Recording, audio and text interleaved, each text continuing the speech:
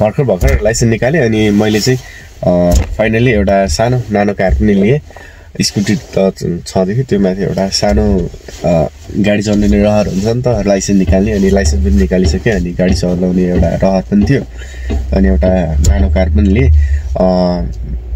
Budget पनि अलिकति ठिकै, सस्तो बजेटमा नि आउने हो नि त। सस्तो बजेट भन्दा नि योभन्दा अलिकति बजेट थपेर पनि किन्न सक्थेँ, तर मलाई चाहिँ यही मन पर्यो क्या। कस्तो मनपर्छ क्या, यो सानो चिटिक्कको छ नि त। अब आजकलको जमानामा अब यो एसी हिटर हुनु त सामान्य कुरा हो। अनि 2011 मोडलको एलेक्स भेरिएन्टको कार हो।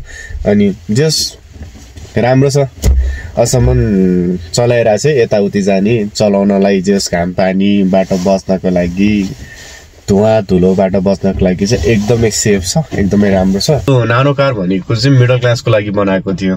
त्यो माथि रतन टाटाबाट इन्सपायर्ड भएर नै झन् मन पर्न थालेको मलाई चाहिँ यो नानो।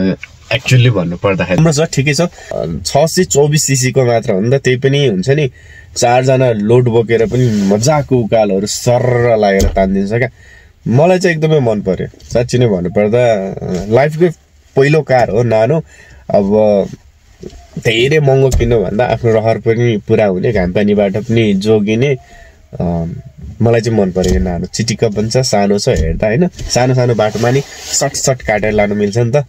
सो मलाई चाहिँ नानो मन पर्यो।